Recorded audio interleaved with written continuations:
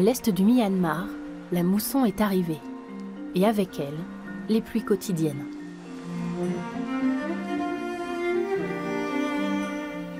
Celle-ci arrose les eaux du lac Inle, où pousse une plante légendaire, le lotus sacré.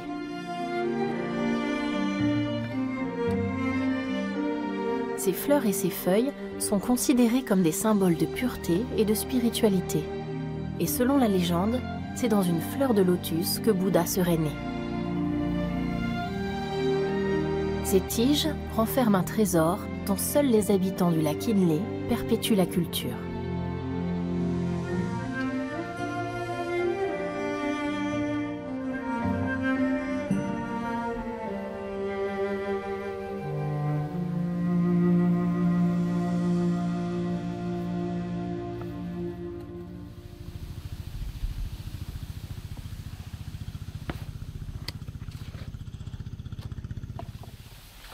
C'est à la saison des pluies, lorsque le lac est à son plus haut niveau, que les tiges de lotus atteignent leur taille maximale. Pour On Nain So, la récolte a déjà commencé. Avant, j'étais pêcheur.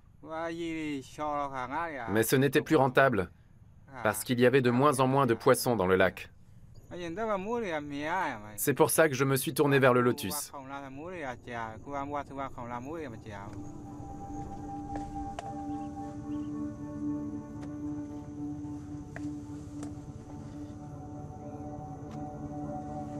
On Nain So ne récolte que les tiges. Les feuilles qui repoussent l'eau et qui ont donné leur nom à l'effet lotus ne lui sont d'aucune utilité. Je ne cueille les tiges que tous les 2 ou 3 jours, parce que les fibres qu'elles contiennent doivent être extraites aussitôt après la récolte. Sinon, elles sèchent et on ne peut plus les utiliser.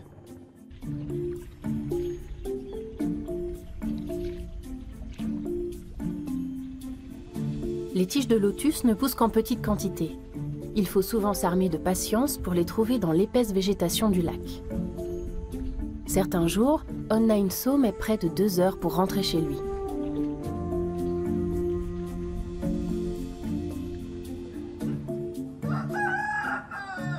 Changkan, son village natal, s'étend sur la rive sud. Les habitants y vivent à fleur d'eau, dans des maisons construites sur pilotis. On Nain So rapporte les tiges de lotus à sa femme, No Hei. Elles sont d'abord découpées en tronçons. Comment ça s'est passé? C'était une bonne journée. Puis, elle extrait des tiges fraîchement coupées, leur précieux contenu.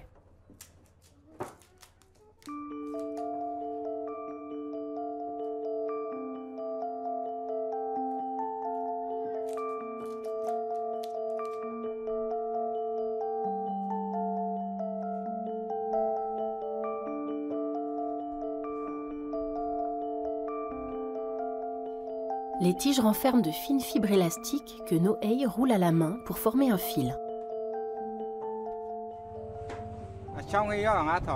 Nous vendons le fil à un bon prix. Ça nous rapporte environ 7 € par jour.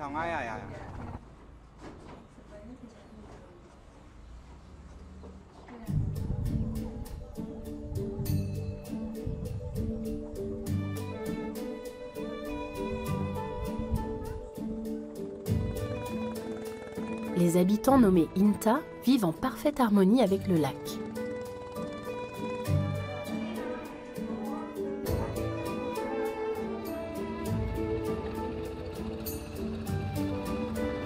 Le bateau est leur unique moyen de locomotion. On Nain So apporte les fils fraîchement roulés à sa voisine Docho.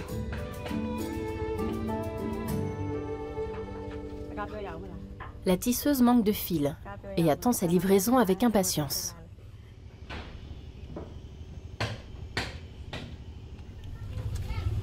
Tu n'en as pas plus?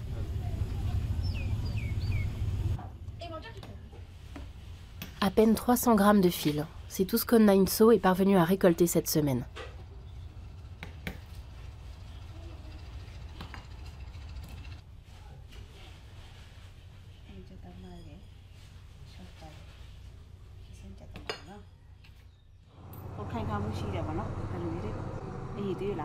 Le fil doit être résistant. Quand on le tire, il ne doit pas casser. Celui-ci est d'excellente qualité. Quand il est frais et correctement roulé, il ne casse pas. Les fils de lotus ne se conservent pas longtemps une fois hors de l'eau. Moi, bien sûr, je n'achète que du fil sec. Onnanso me fournit toujours un fil de très bonne qualité.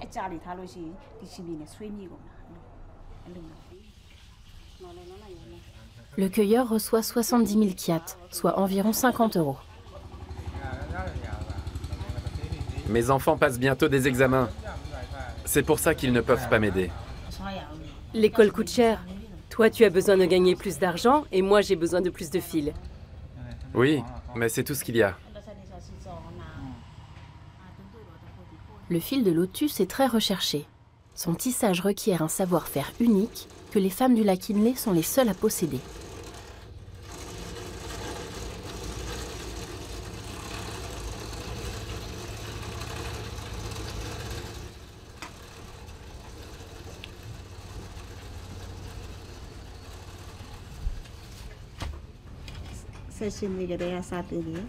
J'ai appris toutes ces techniques de ma mère, de la fabrication du fil jusqu'au tissage. J'ai mis du temps à apprendre à tisser. Souvent, je devais tout recommencer depuis le début parce que ma mère n'était pas satisfaite du résultat. Elle trouvait toujours à redire. Elle était très exigeante. Les tissus qu'elle vendait devaient être d'une qualité irréprochable.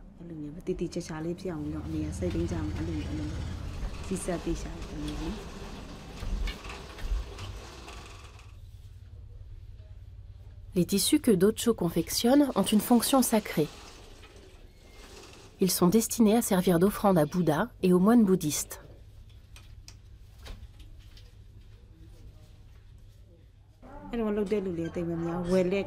À son époque, ma mère était la seule tisseuse du village. Il n'y avait qu'un seul métier à tisser, car les clients qui commandaient des tissus à des fins religieuses n'étaient pas nombreux. Aujourd'hui, la demande est beaucoup plus importante. Les gens ont plus les moyens.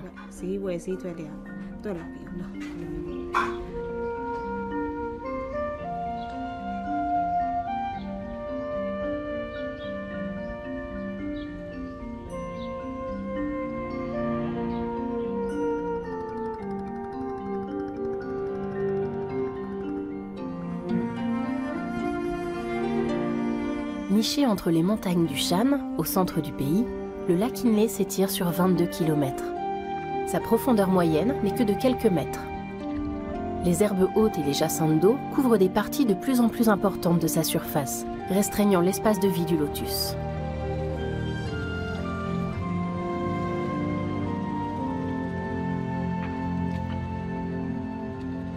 Un phénomène dont les habitants de Changkan risquent un jour de subir les conséquences. Ici, nombreux sont ceux qui vivent de l'exploitation de la plante sacrée.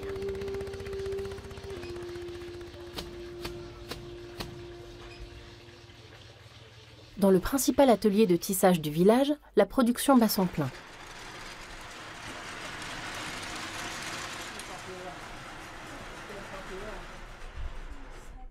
Do Te-Choué, la directrice, est âgée de 77 ans. Créé il y a 20 ans, son atelier avait pour unique vocation de relancer un savoir-faire ancestral en voie d'extinction. Aujourd'hui, ses affaires sont florissantes. J'ai besoin de grandes quantités de fils, car j'ai passé un contrat avec une entreprise italienne. Celle-ci m'a avancé 4 000 €. Si je n'arrive pas à livrer dans les temps, il faudra que je rembourse le double. Destiné à l'habillement des religieux bouddhistes, le tissage du lotus était jadis un art quasi sacré. Aujourd'hui, les tissus de Do Te-Choué s'exportent sur le marché du prêt-à-porter européen.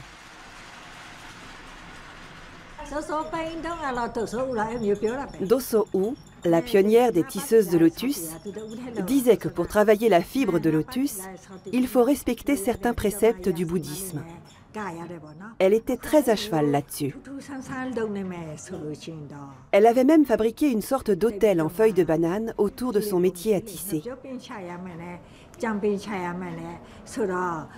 À l'époque, on pouvait s'offrir le luxe de travailler de cette façon.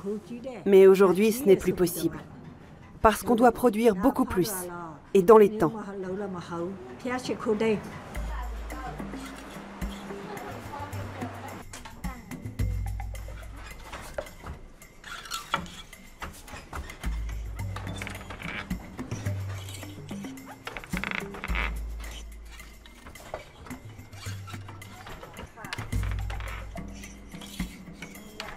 Doteshwe doit livrer 250 mètres de tissu d'ici à la fin du mois. L'essentiel de sa production est réservé à une grande maison de prêt-à-porter italienne qui en fait des vestes de luxe pour hommes.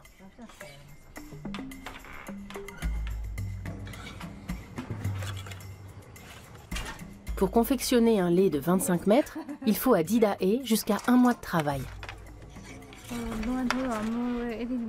Lorsque les fils ne sont pas roulés correctement, ils ont tendance à se défaire et à former des nœuds, ce qui nous complique la tâche.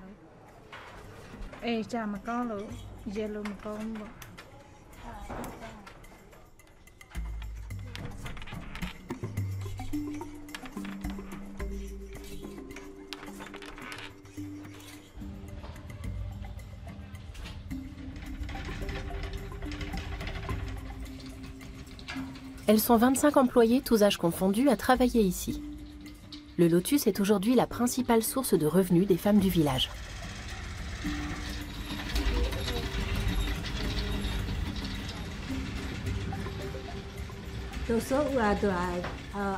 Je me souviens encore de Doso'u, la première tisseuse. À l'époque, j'étais écolière. Elle vénérait le moine Udongtong, qui était connu dans tout le pays. Et elle voulait lui offrir un cadeau très spécial. Alors, elle a confectionné un habit en tissu de lotus. C'est comme ça que tout a commencé. En voyant le tissu, beaucoup en ont voulu aussi. Elle s'est alors mise à vendre du tissu de lotus. Et lorsqu'elle est morte, d'autres villageois ont repris le flambeau.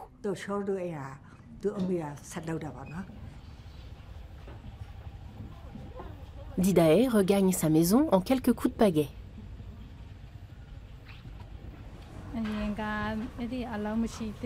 Avant, je travaillais sur une plantation de tomates et j'étais journalière. Mais c'était du travail saisonnier, comme le filage du lotus. Alors qu'avec le tissage, j'ai un travail que je peux faire toute l'année.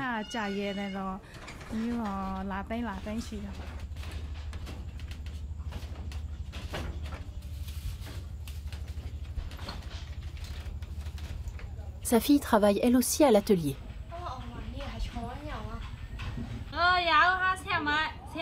Je suis allée faire des courses sur le marché pour la patronne et on m'a donné ce sac de pommes de terre.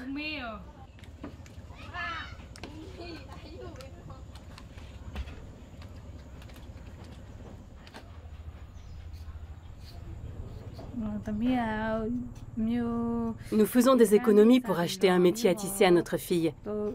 Comme ça, elle pourra se mettre à son compte. On peut travailler pour les ateliers de chez soi. Beaucoup de tisseuses travaillent comme ça. Ça rapporte plus d'argent et on est dans de meilleures conditions. On n'a pas tout le temps quelqu'un sur le dos qui regarde ce qu'on fait. Mais nous devons d'abord faire des travaux dans la maison. Le toit est cassé. L'achat du métier à tisser passera après.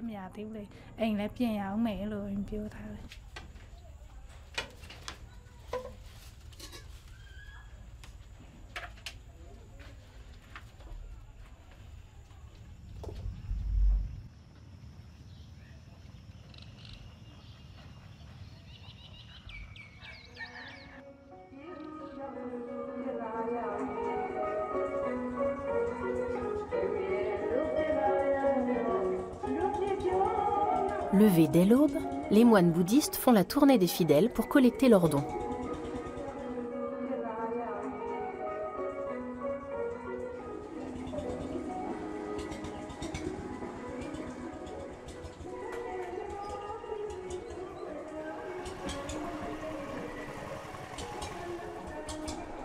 Depuis le décès de leur mère, Docho est revenu vivre auprès de sa sœur. Le bouddhisme tient une place centrale dans la vie de la famille.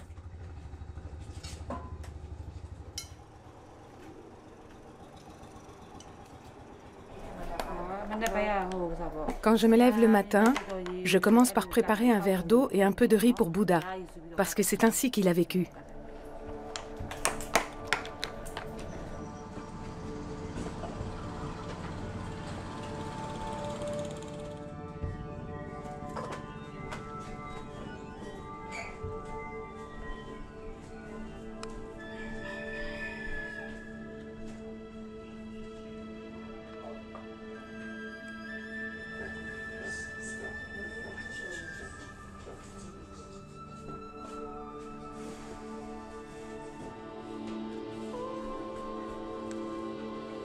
Les Birmans vénèrent également les esprits d'anciennes divinités appelées Nat. Celles-ci sont craintes pour leur caractère imprévisible. Pour s'assurer de leur bienveillance, gagner leur faveur, Dono leur remet chaque jour une offrande.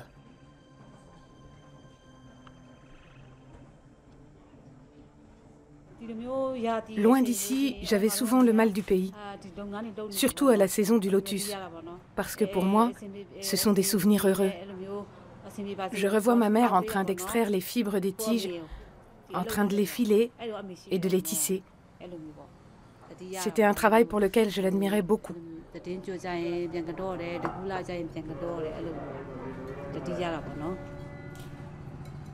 Dans la famille, on tisse le lotus depuis 3 générations.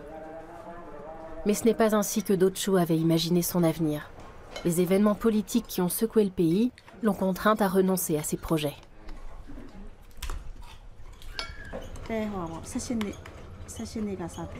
Suite aux manifestations étudiantes de 1988, les écoles et les universités ont été fermées. J'avais commencé une formation que j'ai dû interrompre à l'âge de 18 ans. Je suis rentrée chez ma mère et je l'ai aidée dans son travail.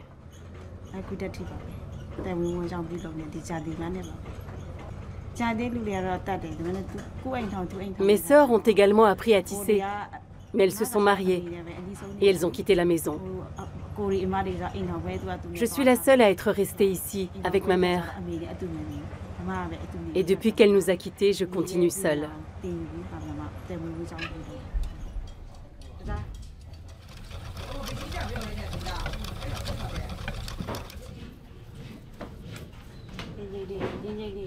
Le travail ne manque pas.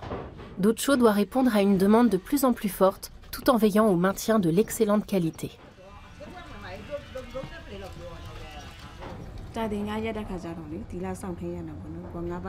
Je m'en remets aux enseignements du bouddhisme.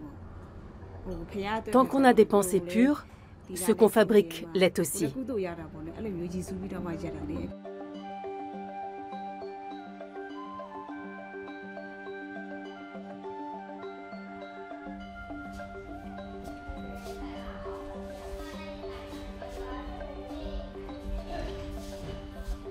Avant d'ouvrir son atelier de tissage, Doté Choué travaillait comme infirmière. Je dois dire qu'autrefois, je n'avais pas beaucoup de temps à consacrer à la religion. Les hôpitaux manquaient de personnel et il fallait que je sois disponible de jour comme de nuit. Quand il y avait une urgence, je me rendais aussitôt sur place, peu importait l'heure.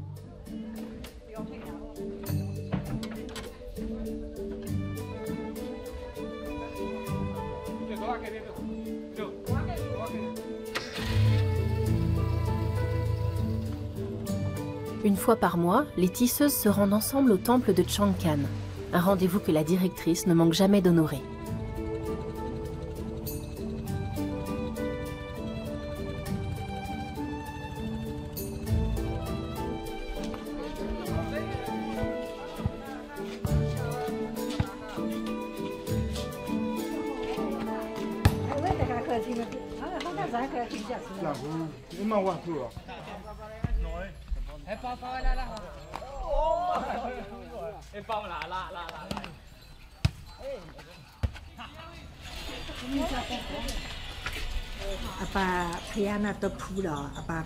La première fois que je suis allée voir un moine, il m'a dit « C'est en priant et en travaillant que tu pourras t'accomplir. »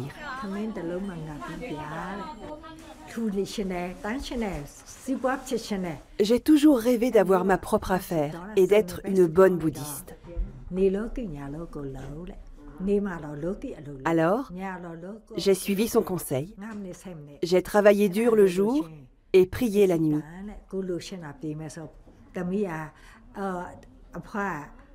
Et aujourd'hui, mes affaires marchent bien et j'ai une vie accomplie.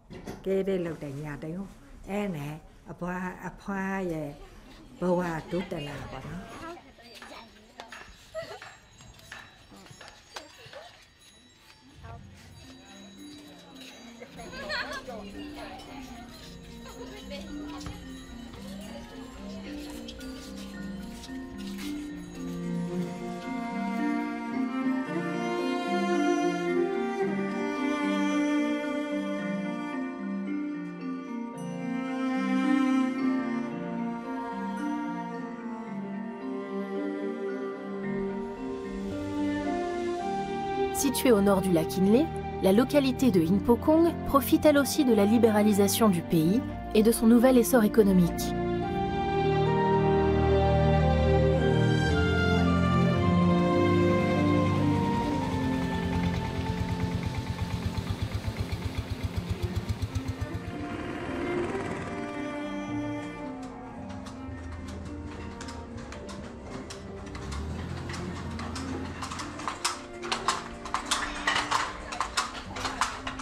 Plus d'une vingtaine d'ateliers y confectionnent des tissus en coton et en soie destinés à la fabrication de longji.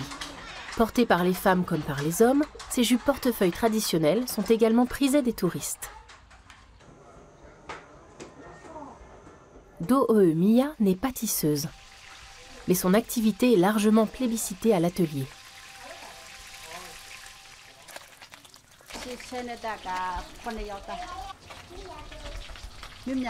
Tous les jours, je prépare le repas et je l'apporte à l'atelier. On y travaille presque tous. Moi, mon mari, mon fils, ma fille, mon gendre et le petit dernier.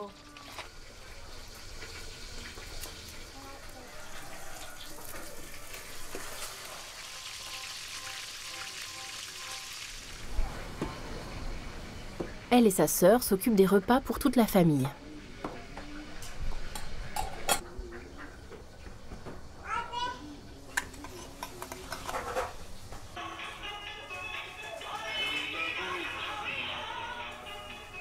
Pour les enfants birmans, l'école est obligatoire jusqu'à la fin de l'enseignement primaire. La poursuite de leur scolarité dépend le plus souvent de la distance qui les sépare du collège le plus proche. À Inpokong, les élèves peuvent suivre leur scolarité dans le même établissement jusqu'à la classe de 4e. Ils peuvent même s'y rendre à pied, sur des chemins de terre aménagés.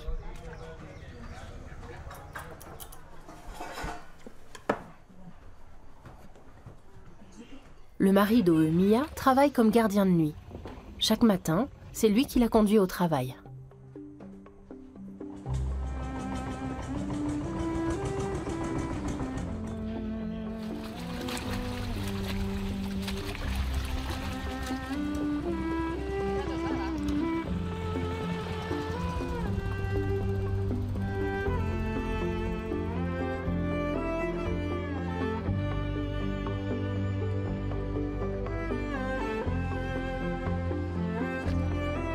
L'atelier principal du village emploie plus de 200 personnes.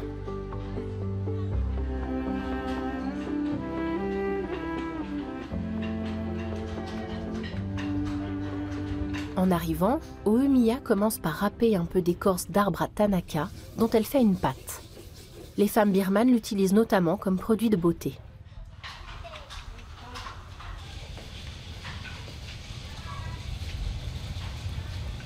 Des tiges de lotus sont déposées à son poste de travail afin qu'elle puisse en extraire les fibres.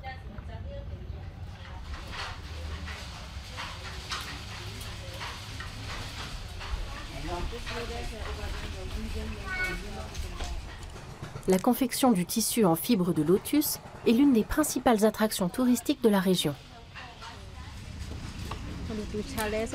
Si ma démonstration est réussie, ça donne envie aux touristes d'acheter beaucoup de tissus et ça me permet de toucher une commission. Et quand ça arrive, je suis très contente.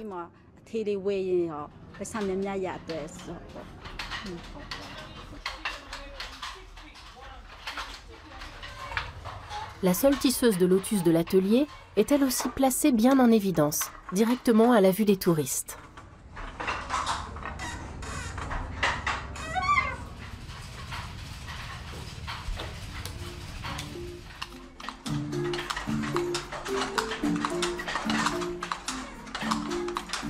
Mais c'est de la confection de tissus en coton et en soie que l'atelier tire l'essentiel de ses revenus. Leur fabrication en série est assurée par une centaine de tisseuses.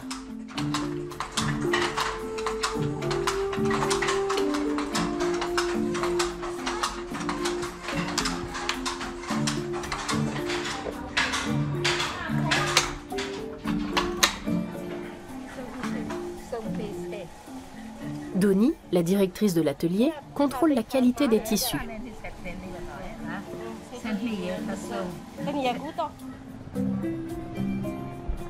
L'entreprise familiale existe depuis 4 générations. Cognier, le neveu de Doni, s'occupe du magasin et de la commercialisation des tissus. Ses études à Rangoon, la capitale économique birmane, lui ont permis de voir en plus grand.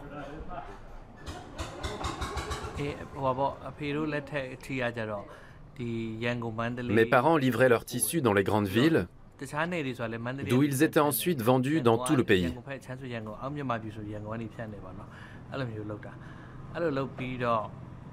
Au début, j'ai adopté la même stratégie.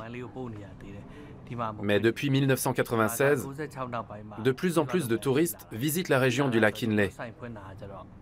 C'est pour ça qu'en 2001, j'ai décidé d'ouvrir ce magasin.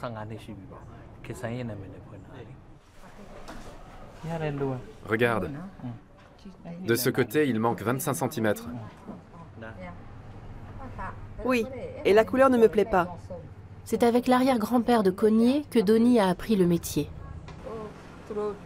Autrefois, il m'arrivait de confectionner des pièces en fil de lotus pour des statues de Bouddha. Mais les acheteurs n'étaient pas nombreux. Les gens n'avaient pas les moyens. La plupart ne voulaient que de petites pièces de tissu pour les dons. Ils avaient très peu d'argent. Ce n'est pas une production rentable. Oui, le tissage du lotus revient cher et ça prend du temps. C'est compliqué et ça prend beaucoup de temps. Oh Mia profite d'un moment de calme.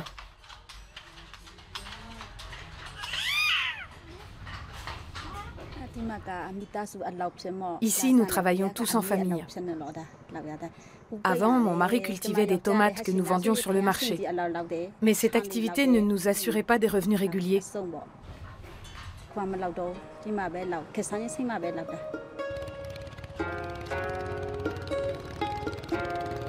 Deux villages plus loin vers le nord se dresse le temple Pangdohou. Considéré comme le plus important lieu sacré de la région du Shan, il abrite également l'un des plus grands marchés du lac.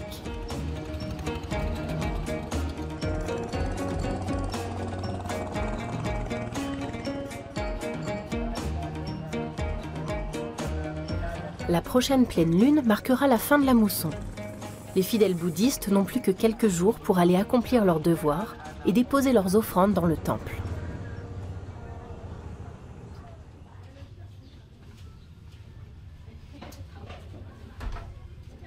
Docho prépare une commande destinée à des clients habitant au nord du lac.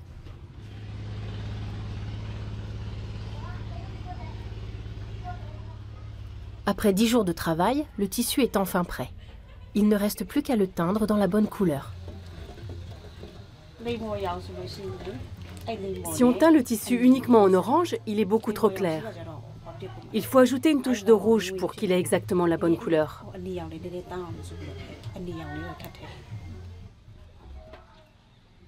La teinte orange foncé est réservée à Bouddha et aux moines bouddhistes. Elle correspond au plus haut degré de spiritualité.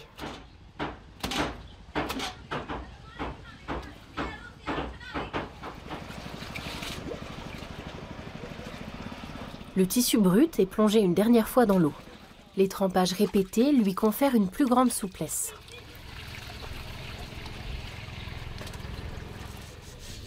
Même sous forme de fibres, c'est le milieu humide que le lotus préfère.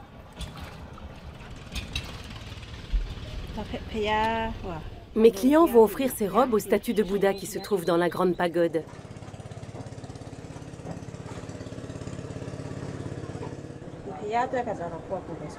Pour cette occasion particulière, je teins moi-même le tissu à la main. Le tissu que Docho vient d'étendre est l'offrande la plus précieuse qu'un bouddhiste puisse faire.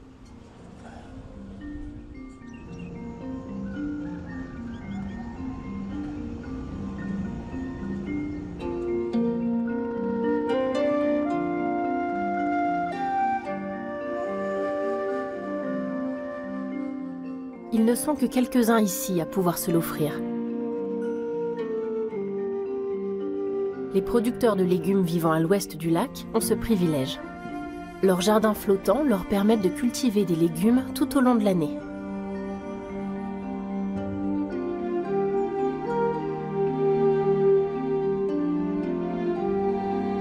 L'agriculture constitue aujourd'hui l'un des principaux atouts économiques de la région. Mais l'extension croissante des cultures modifie l'écosystème du lac.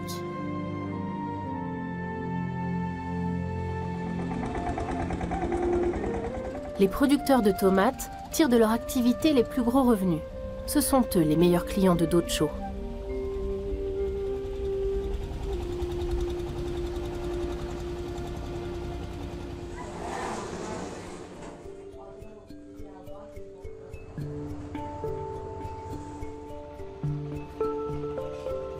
Docho et sa sœur ont passé toute la nuit à broder.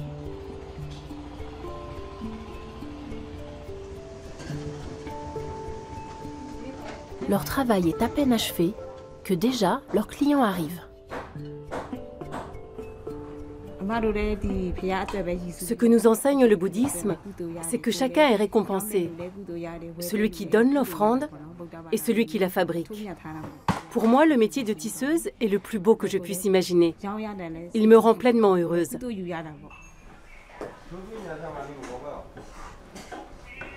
7 représentants du village de Kellar ont fait le voyage. La remise des tissus s'accompagne toujours d'un immuable rituel.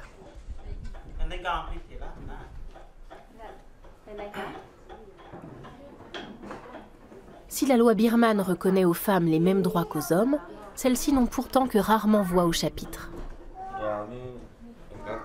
Mais en matière de lotus, ce sont elles qui dirigent les affaires.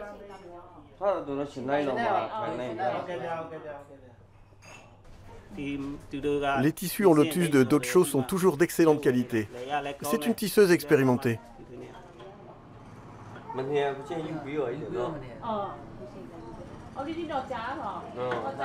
Docho travaille depuis 5 ans pour le village de Kellar.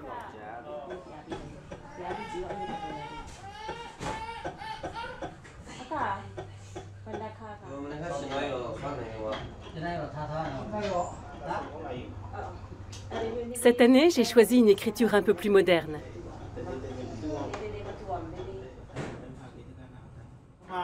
En juin, je voulais apporter des feuilles d'or au temple. Mais j'ai été bien occupé avec la naissance de mon fils.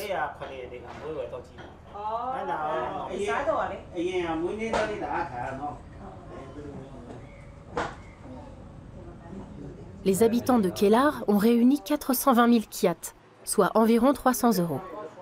Que ce don vous apporte à tous de bonnes choses. Que ton travail soit béni.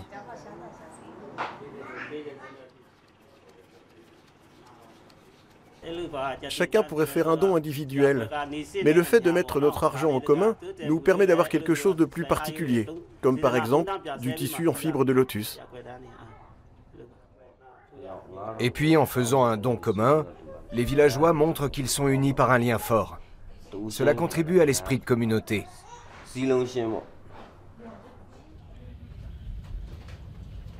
C'est au maire de Kellar que revient l'honneur de porter l'offrande sacrée jusqu'au village. La mousson se termine dans 2 jours. D'ici là, les villageois devront avoir déposé tous leurs dons au temple. Nous, bouddhistes, croyons qu'il existe 31 domaines d'existence dans lesquels les êtres peuvent renaître. Si on se conduit bien dans une vie, on finit par être récompensé. C'est une chose dans laquelle je crois profondément. C'est pour cela que je donne la moitié de mon argent à Bouddha et aux moines. Un jour, je serai récompensée de m'être montrée aussi généreuse. Dono peut elle aussi compter sur la générosité de sa sœur.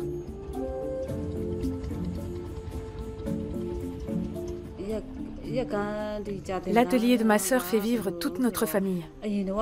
La vente du tissu de lotus nous permet de mieux manger, de mieux vivre et de faire des dons plus conséquents.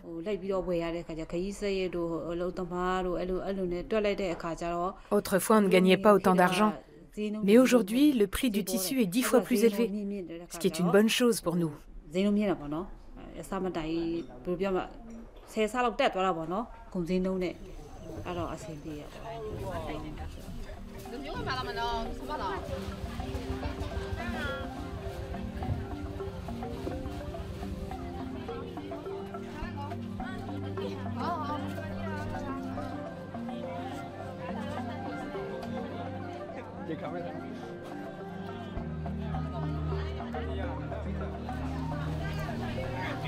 Cressons d'eau poussant sur les berges, poissons du lac, thé et bois des montagnes, sur le marché, les habitants des environs proposent leurs produits locaux.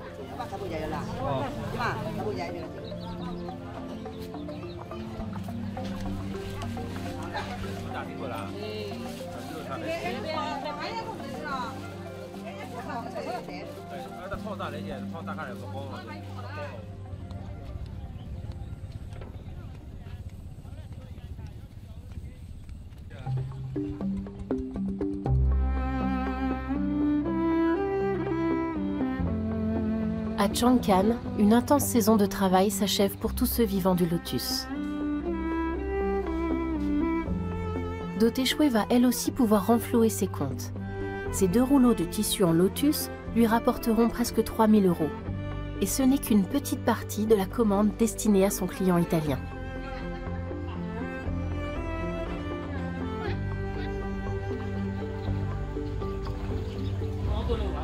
Les derniers mois ont été épuisants. Pour livrer dans les temps, les tisseuses ont dû mettre les bouchées doubles.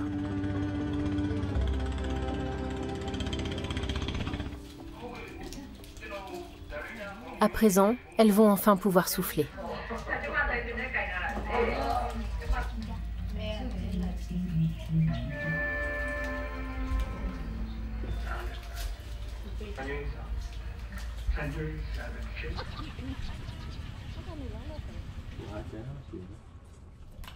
À quelques maisons de là, leur patronne dispute une partie de poker chez les voisins. Jugés immoraux, les jeux de hasard sont normalement proscrits au Myanmar. Mais Do Te Chouet ne s'embarrasse pas des conventions.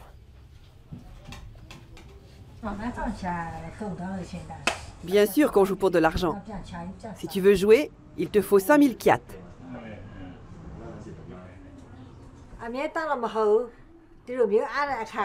Chaque joueur doit avoir 5000 kyats en poche. La mise de départ est de 50 kyats. Nous jouons uniquement lorsque nous n'avons rien à faire, comme aujourd'hui. La tactique de Do Te Chouet semble payante. Nul ne saura si Bouddha s'en est mêlé.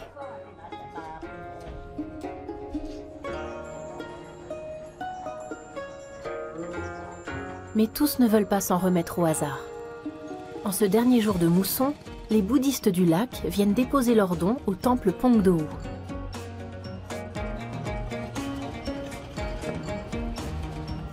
Les producteurs de tomates sont eux aussi venus porter leurs précieuses offrandes.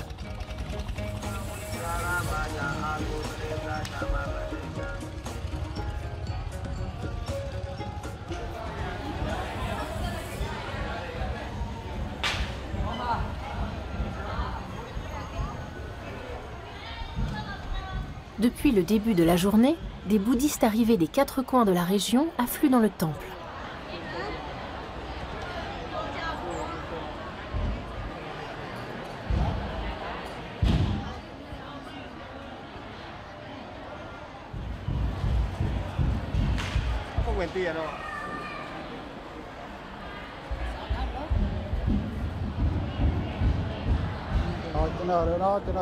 Tous les gens de notre village voudraient atteindre le nirvana. C'est pour cela que nous faisons des dons. Celui qui ne fait pas de dons ne peut pas atteindre l'illumination.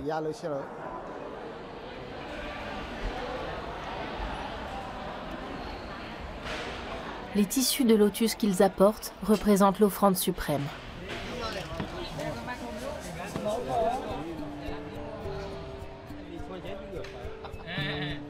Selon un rituel particulier, c'est le maître de cérémonie lui-même qui procède à la bénédiction.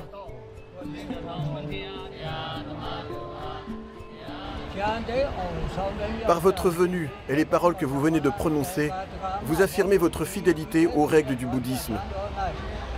Vous offrez des aliments et des tissus de lotus. Si vous pensez que le passé influence le présent et que le présent influence l'avenir, cela aura des conséquences positives sur votre vie future.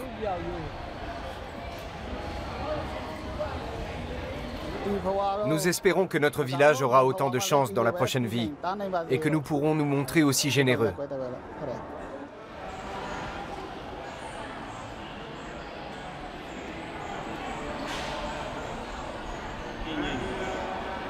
plus de 20 000 tiges de lotus ont servi à la confection des 5 précieuses étoffes.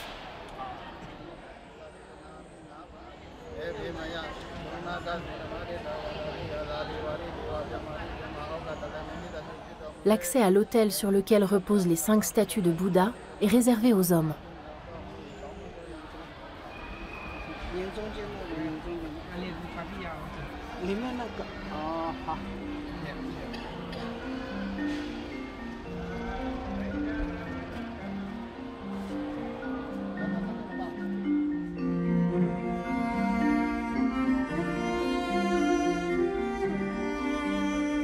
On Nain So espère être lui aussi récompensé de ses dons afin d'offrir à ses enfants une vie meilleure.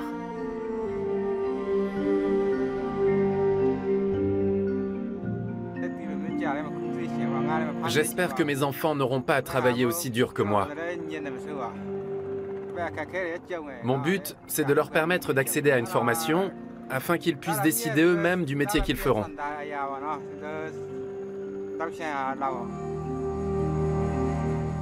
Mais l'avenir des cueilleurs de lotus est lui aussi menacé. Il y a de moins en moins de lotus parce que la demande est devenue très importante. Les cueilleurs récoltent plus de lotus qu'ils n'en poussent. Nous en tirons quelque chose, mais le perdant, c'est le lotus.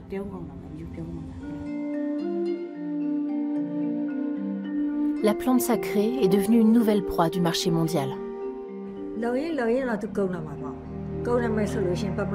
Si nous continuons à ce rythme, il n'y aura bientôt plus de lotus sur le lac Kinley. Mais il y a suffisamment de lotus dans le reste du pays. Et tant que la demande sera là, nous continuerons d'en vendre.